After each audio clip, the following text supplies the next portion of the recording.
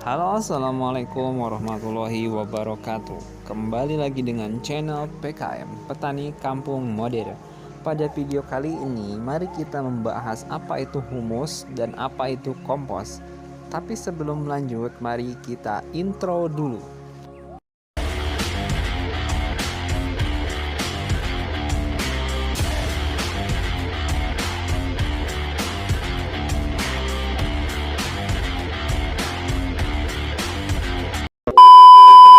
Pada dasarnya kita sebagai seorang petani mungkin banyak yang belum paham apa itu perbedaan antara kompos dengan yang namanya humus.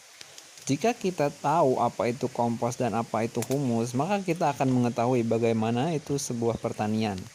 Salah satu contoh kompos adalah kohe kambing, sisa-sisa dedaunan, sisa rumput, dan sebagainya. Tetapi untuk humus adalah seperti halnya tanah yang seperti hutan, yang artinya cadangan makanan yang ada di bawah tanah tersebut masih sangat-sangat besar.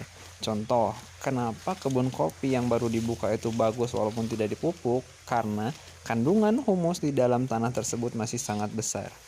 Jadi, perbedaan humus dan kompos, petani harus benar-benar memahami.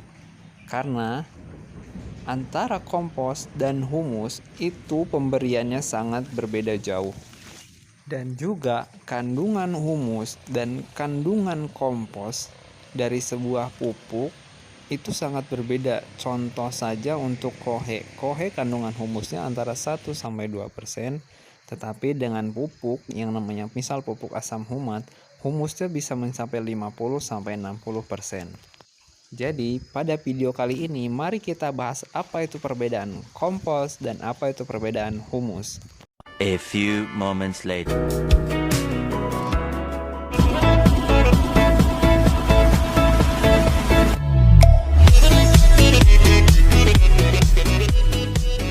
Untuk kompos sendiri, sebenarnya banyak sekali bahan-bahan untuk sebagai kompos, sepertinya kohe kambing, kohe kelinci, dedaunan, dan bekas sampah. Itu termasuk ke dalam yang namanya kompos.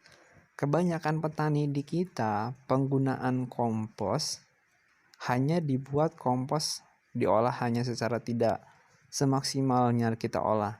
Kompos hanya dibuat sepertinya dari kandang kambing terus dipindah ke lahan. Dan untuk penggunaan kompos itu sebenarnya cukup lumayan banyak dalam untuk 1 hektar saja. Dalam 1 hektar kebun kopi biasanya dibutuhkan lebih dari 4-5 ton kompos untuk mensuplai namanya nutrisi. Karena di dalam kompos tersebut sangat minim sekali kandungan nutrisinya. Bahkan untuk kandungan humusnya pada kompos kohe kambing hanya mencapai 1-2% saja.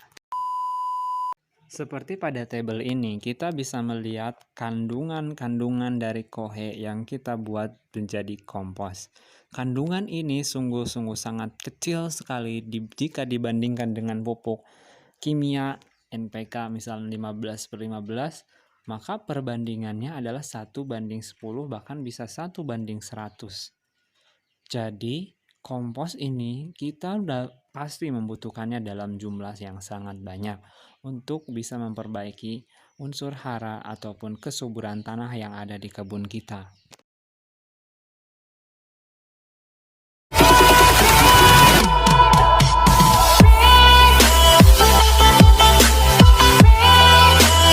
Yang kedua atau yang selanjutnya adalah pupuk asam humat.